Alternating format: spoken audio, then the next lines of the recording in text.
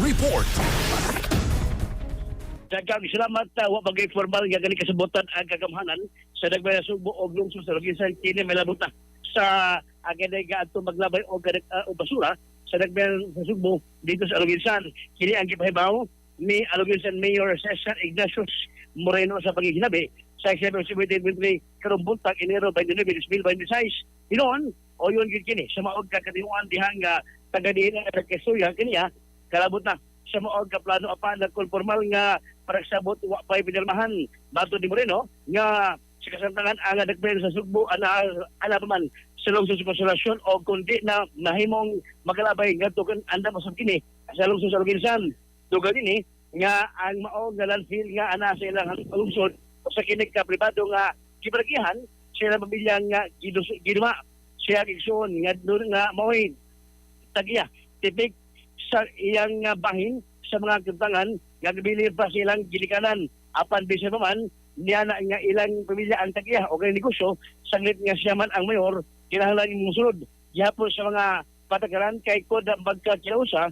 sayaman ang hapak ang kini mga pagbasol isip amahan sa lungsod anang kang Moreno nga dago kini nga tabang sa ilang lungsod kod mahitabo tungod kay doon naman na bahin ang lungsod sa kita sa malabay nga basura nagkasabot saba ang mayor sa nahitabo sa mga basura sa subok pod nganong nagkadindi kini og pangita og labayanan tungod saba sa nahitabo sa Binalyo landfill nga gikamatay sa resize ka mga trabahante nini maong kon nagabahin sa babayaran sa basura nga adto ilabay sa ilang landfill kung sila ang ginabayad dinhi sa lungsod konsolasyon so sa malanggi na ilang kolektahon para sa lungsod gibinaw sa bini nga kini maong nagkasibutan kung mo hinayon magdili kini magdugay nga usa ka bulanan ang gihatag dinhi nga gintang nga makalabay sa landfill sa ilang lungsod iya usab awhag sa maglabay nga basura nga mabahig dadaan gikan sa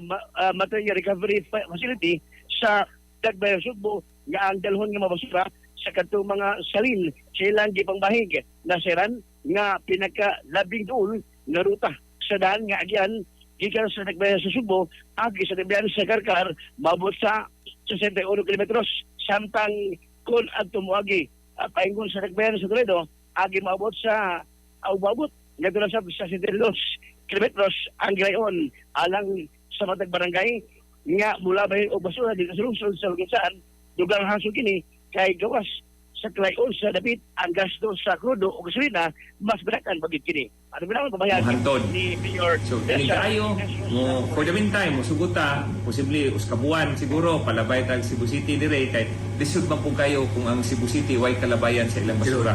Ang Cebu City ang mahitabo manimaho ang Cebu City, manimaho ang siyudad sa Subo niya. Ang atong mga tao ra mga Tagalog-insan napod uban na muyo sa Cebu City. Nga madawat ang Cebu City pareha ra ang tanan Cebuano. Sugunta na mulabay ang Cebu City dire for the meantime. Posible uskabuan lang unless nga di pa maayo ang Binalyo, wangyo sila balik na to. Pero sa pagkaron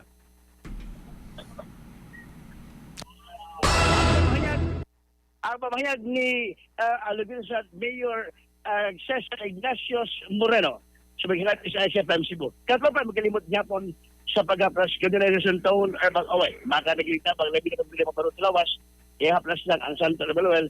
Hinimo kini sa Yastol Incorporated. Mapalit sa pamasig butika sa iyong lugar. Alas sa Gasa Pilipino para sa Pilipinas, inyong katropa, Danjit Talisik, Extra News. XFM report.